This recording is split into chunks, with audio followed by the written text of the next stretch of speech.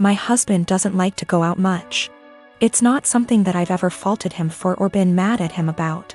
We've never gotten in fights about it till now, and it's something he told me up front when we had first gotten in the relationship 4 years ago. I'm never going to be the kind of person that likes to go out a lot. I just want to hang out at home. And I of course said that it was fine because that's not a flaw to me, it's just a character trait. I used to suffer from depression due to a lot of traumas in my life. I found it really hard to go outside at all, and especially alone. I missed out on a lot of experiences because of this. In our first year of dating, he got me to have more confidence in myself, so I stopped hiding. I got a therapist and have been on a wonderful little antidepressant. We got married 1 year later and I'm still happier than I have ever been, and I'm incredibly grateful to have him in my life. That hasn't changed one bit. Now, I know that this isn't what he does. I know that he doesn't stay inside because he's depressed, it's because it's in his nature to be a house cat. And like I said, I'm still fine with that. Lately he's not okay with me doing this, though. If I ask him if he wants to see a movie with me and he said no, or the more common, I don't know, maybe, I'll usually ask him 2 more times, and then if he still says no, or maybe I'll go by myself.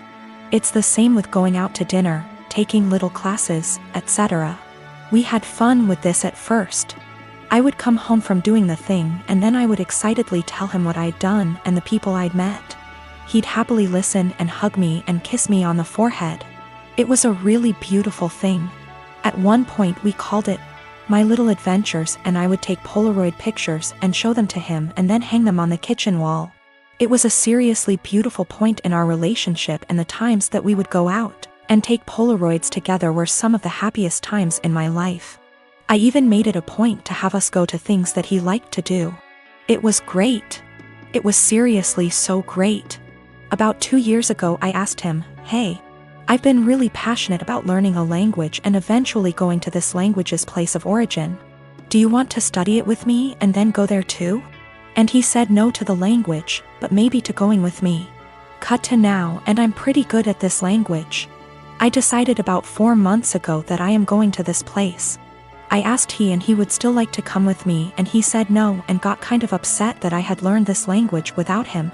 "You're the one that's going to know anything. There's really no point in me going."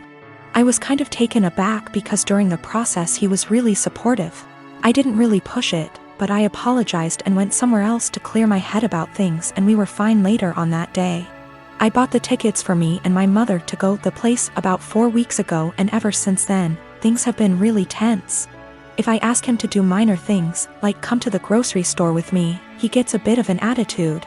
I can tell that he knows this is ridiculous though, because he'll say sorry almost immediately and be sad and quiet the rest of the time. I've tried to talk to him about what's bothering him, but he keeps either saying that it's nothing and he doesn't want to talk about it, or will tell me not to press it and then get mad and leave. I don't know what to do at this point. Our relationship has been so great, but I can feel things being strained. I can feel him kind of slipping away. I don't know what to do. I thought about buying him a ticket to the place anyway and surprising him, because I really would love it if he could go with me, and I know for a fact it's somewhere he's always been interested in. But I also don't want to force him, because I hate forcing people to do things. However, I also don't want to stop having these experiences for myself just because he doesn't want to. I've never faulted him for wanting to be at home, so why is he faulting me for wanting to be outside? I don't know how to talk to him or what to say. If I have to stop doing things, then I guess I will. But I also feel bad for having to stop, but it's not worth getting a divorce over or having things escalate that bad. I just don't know what to do or where to go from here. We had a bit of a long talk. I'm kind of a mix of exhausted, drained, and excited now. He said he feels like he's drowning in my success. I said I would learn a language, and I did it. I said I would lose 180 pounds, and I did it earlier in our relationship and got the skin surgery. I have a pretty stress-free job, and it's getting to him. He's been trying really hard to just be happy, but it's hard. He understands that it's wrong to feel this way, and between feeling guilty about it and feeling this way at all, it's just been taking its toll. He also has a skin condition that makes him feel cautious of going outside, especially in another country. I never thought this would be the problem, because he's always acted as though it's not a bother to him at all and he doesn't care. He's going to keep trying though. And to seek therapy independent of me because he thinks that he also may really be suffering from depression. Now, I have to say that we do have communication problems. Our friendship, 2 years before dating, started off long distance in Antwerp, so we're still kind of better with text talking than out loud speaking. Sometimes we have a hard time saying when things are bothering us out loud.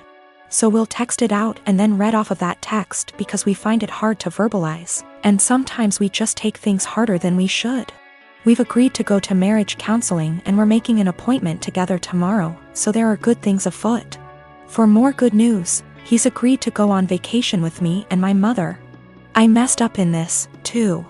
I like to think that hearing maybe or other apathetic answers instead of just yes or no didn't bother me, but it did. And sometimes, as some people pointed out, I would get kind of passive-aggressive about it. I'd ask him simply because it meant that I tried at times. I'm not proud of it, but it happened. I'm going to work on that more in myself as well.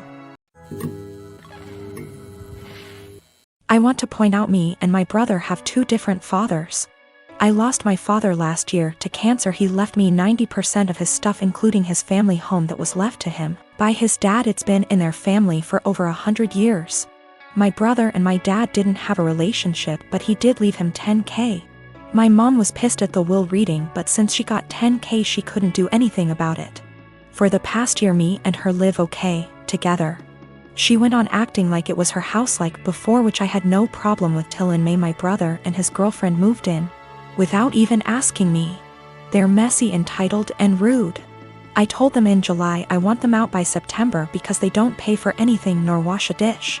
In August they announced they were pregnant and my sil smugly said, "Guess we won't be moving out now."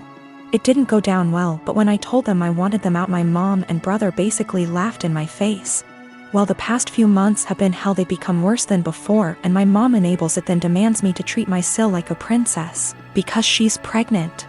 I once had to wait outside McDonald's till they opened to get her a McMuffin.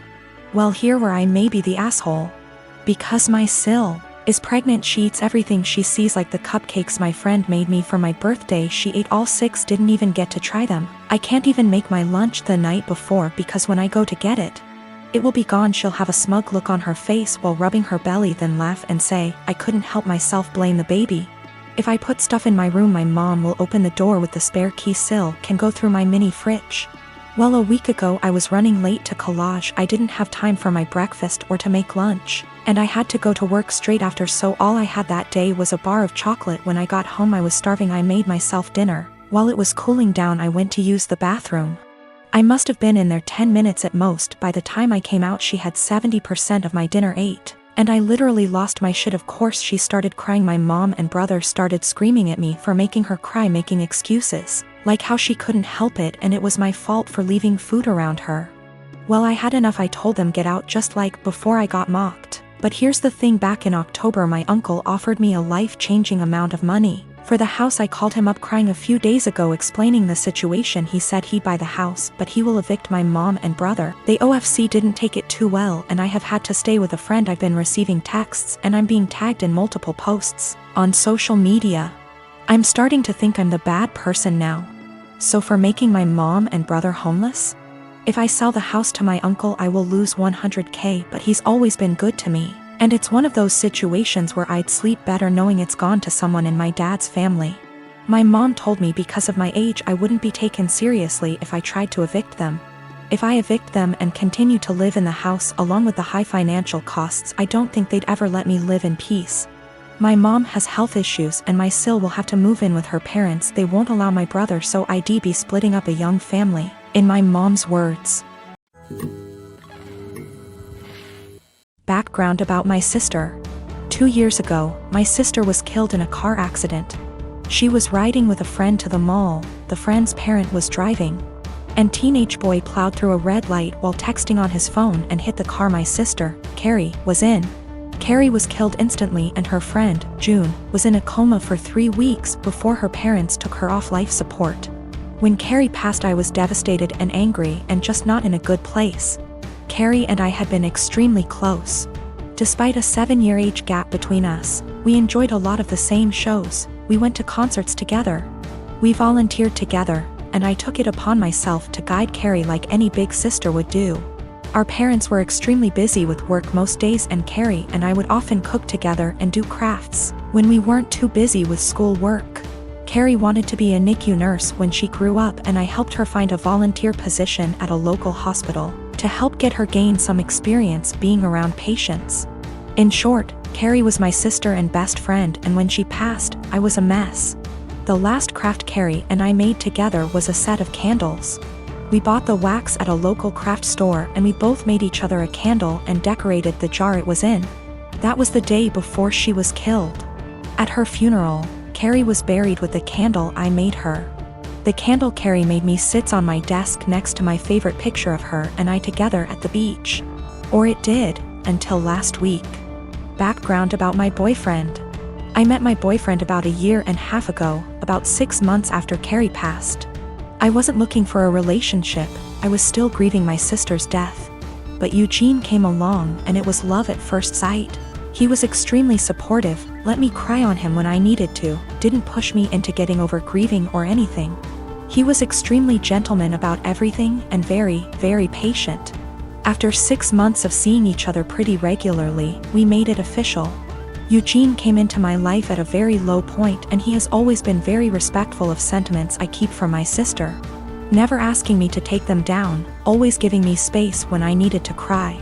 Eugene, along with most, if not all, of my friends and family know about Carrie's candle.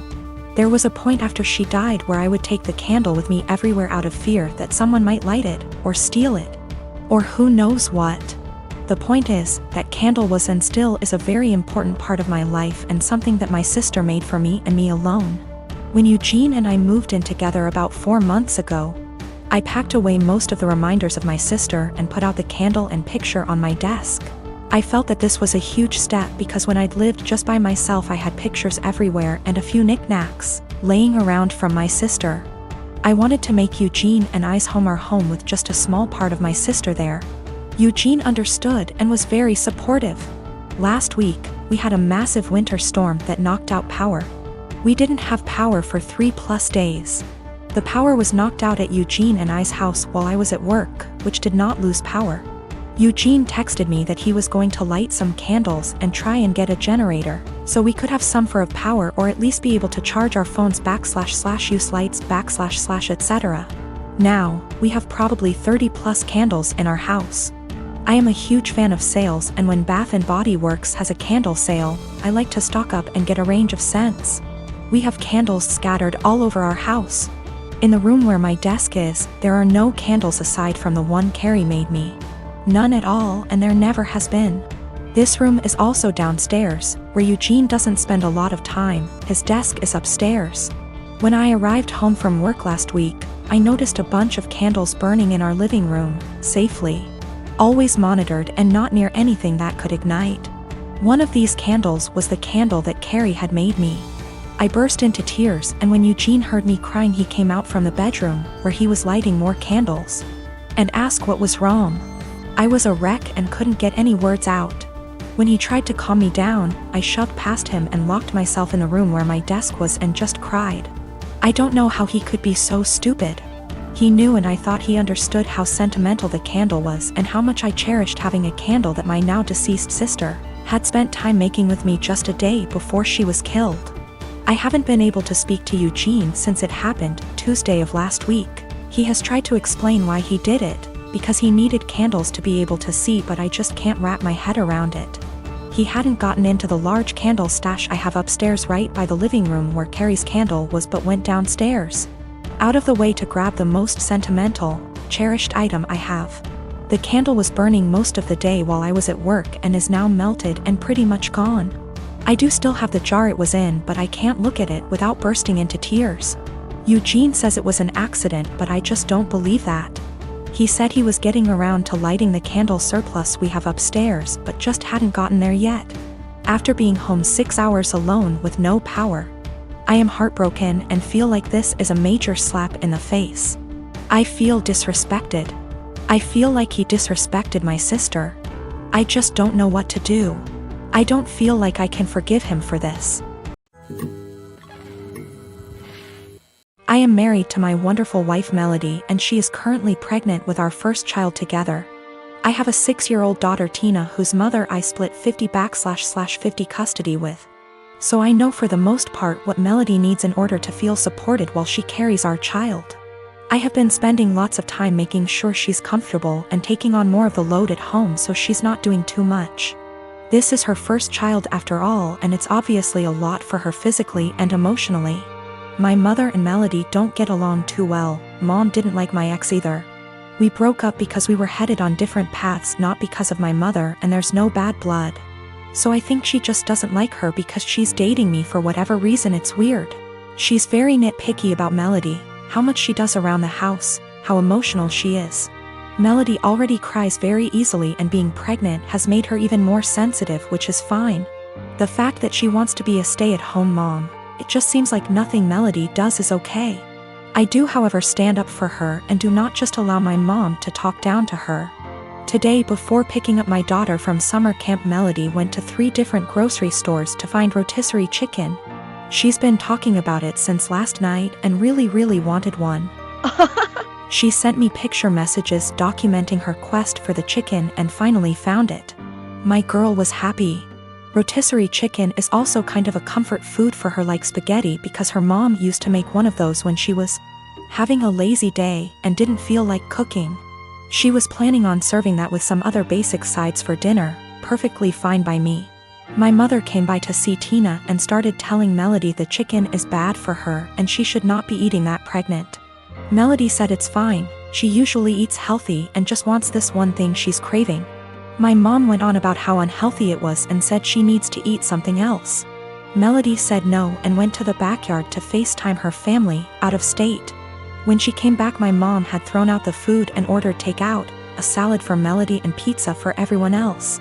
Melody asked where the chicken was and my mother told her she needs to start being a responsible mother and eat correctly for the baby. Melody screamed, "What the is wrong with you? Why are you always such a..." to me? She then started crying and called me home. I came back and asked my mother to leave after hearing her story and said she is not to come back until she apologizes for how she treated Melody. My mom went on about how I'm choosing another woman over her, but I just think enough is enough, and Melody reached her limit. She apologized to me for blowing up when Tina was in the house, but I told her it's okay, things happen, Tina is okay. And I went to find her another chicken before the store closed. My dad thinks I'm right for taking Melody's side, but my brother thinks I should always defend mom. I do plan on having a sit down with both my parents and my brother with my mom. I'll talk to my dad first, then have a family meeting. I would still want my mom around, and honestly maybe I'm just weak, but that's my mother. However, if she cannot learn to change and respect my family, then we will just have to go and see. It's hard, but it is what it is. Melody doesn't even want to completely cut her out, she just wants change as well. But I will protect Melody at all costs, and if that means cutting off my mom, then so be it. My ex and I did not break up because of my mother. We had different ideas of where our lives were going. Tina was not planned, and we were already heading towards going our separate ways before she got pregnant. We tried to make it work for Tina, but that's not what relationships are about, so we split and it's working great. My ex and Melody get along great, Tina is happy, and we work through things as one big blended family. My ex and Melody have talked about my mother with each other before, and that was when I realized I needed to see a therapist to work through my childhood with a mom like mine. It's a process. I'm working through it the best I can. Melody's pregnancy is going smoothly for the most part. Just exhausting and emotional, as she put it. Also, we're having a girl. We had our gender reveal. I did find her another chicken yesterday night after this whole fiasco.